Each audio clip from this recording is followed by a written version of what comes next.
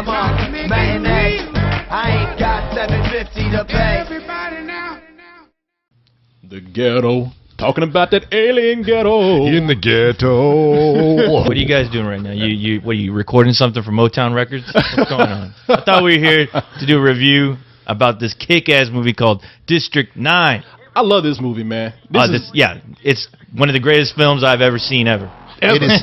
Well, there's not a lot of exaggeration there. I mean, this is a movie that is so brilliant and so radically different from anything else you've seen, and yet still conforms to everything you want out of a movie. No, this movie takes me back to something like the first Terminator, where they had so much going for this film, and then you find out the budget of it, and you're like, what? Because this movie is like, what, $30 million? $30 million. Yeah. And it looks killer, man. It looks like $100 million, easy. And the story here is that 30 years ago, a ship landed over Johannesburg, and they went in, found these aliens which were malnourished, didn't know what to do, and we decided to be nice to them.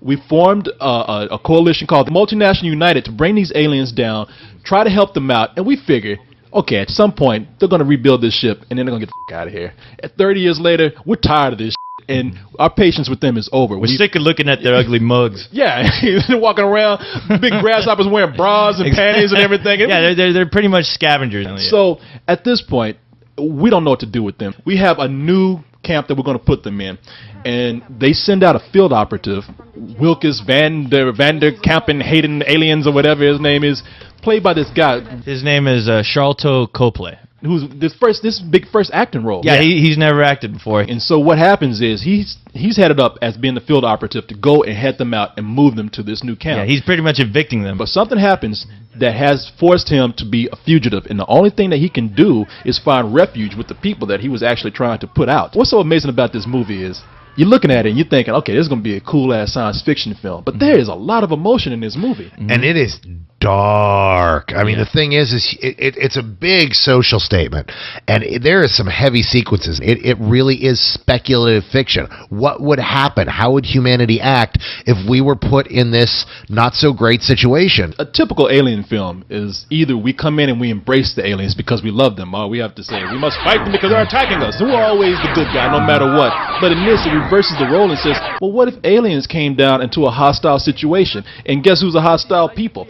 We are, the human beings. We're smarter, we're more adept, they're stronger and have better technology. They come down here and they got every weapon that could kick the shit out of us, but because they're drones, they're like, we don't know what to do. And so they're listless and they don't know what to do, so they just kind of wander around trying to survive without any groupthink to, hey, we don't have to take this shit from these people. We don't have to live in these cardboard boxes. We landed in South Africa. These people have secondhand cars that rednecks won't drive. We can kick this shit out of these motherfuckers. These people prefer machetes over machine guns. And meanwhile, in these slums, there's like these alien guns laying around everywhere. They got little kids picking them up and playing with them. It's like, hey, this is dangerous. My only complaint about this is that there are certain moments, just very small, where the aliens themselves seem like a computer effect. Once you get into the story, you really don't notice it because it sucks you in emotionally so much. Man, this is a better than sex movie for me. I have to give it better than sex only because, I mean, this movie is a prime example of why I love film and why I go to film. It's just brilliant. You believe everything that's going on in this film. I mean, I sympathize with those fucking insect-looking bastards. And, man, I did hear the director mention that he would like to revisit this world again, and I would love to revisit it as well. Well, I think it's a definite rental. This is better than fucking Bizarre World. No, about to put an invasion on world. Put an invasion on you right now. No, this is a better than sex movie. You walk out going, holy how did somebody do that with that little money and make a movie that took me there and showed me this world and this future? And that's what this is. It's such an incredible movie. The effects are great. It's such a smart movie. Not only are the bad people humans, but we have different degrees of bad humans. I mean, we have the government, which we figure is going to be bad, but you have all these Nigerian gangs who are just preying on these poor aliens, man. They're f***ed up. Show you. I go teach you. You oh, holy shit.